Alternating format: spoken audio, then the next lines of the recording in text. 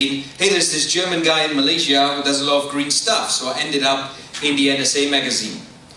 I do a lot of talks, and a lot of talks that I've given in Malaysia have as well been non-for-profit talks, especially conferences here in Malaysia, you know, like this event, for example, was a couple of weeks ago.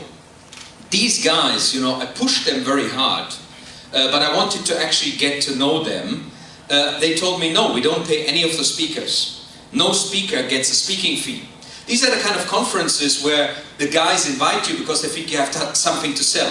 So it's your opportunity to be on a platform.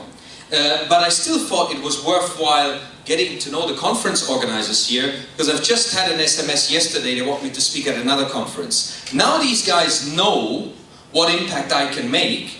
Now I can push the throttle. And I can basically tell them yes or no. If you want me, go for it. If you don't want me, that's your problem. This was the other thing that happened, not for the commercial things that I've done, but for the reputation that's been spreading in Malaysia that I'm the green man. And that I've mobilized a lot of people and started a lot of tree planting activities. I got a call from Istana something. That day, you know, I was in Bukit Bintang, and I thought, you know, did I forget something in the Istana hotel? But it was actually Sultanah of Pahang, and the Sultanah was on the phone. And I was like, oh, wow, yeah, we need you. We need you to get involved in this new NGO. This is now the Exco committee. The Sultanah, Tuanku Kaishia, granddaughter of the Sultan, wife of the youngest brother of the Sultan. This is just a result of me doing it because I follow my passion. Most of the environmental things I've done in Malaysia had no objective of any outputs for me. I just started them because I wanted to get green results. And that has built up my brand, and most of the newspaper coverage, what they're interested is the tree planting, the mobilization of young people.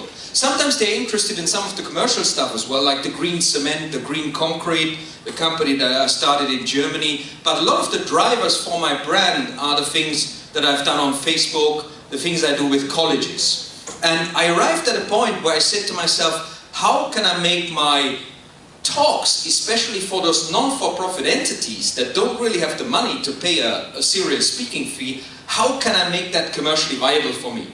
Because I get loads of inquiries from students, from schools, from colleges, and I tell you later on about what idea I came up with. What I love as well is these kind of events where the conference organizers, and these guys I got, you know, not a big fee, but here in Malaysia anyway, for people that are locally based, even though I'm a Matsala, the market here is not as juicy as in Europe or North America.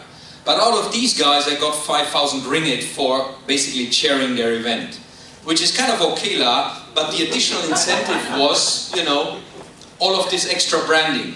You drive through Penang, and you know, you have your poster hanging on the street, and basically, you know, people recognize you.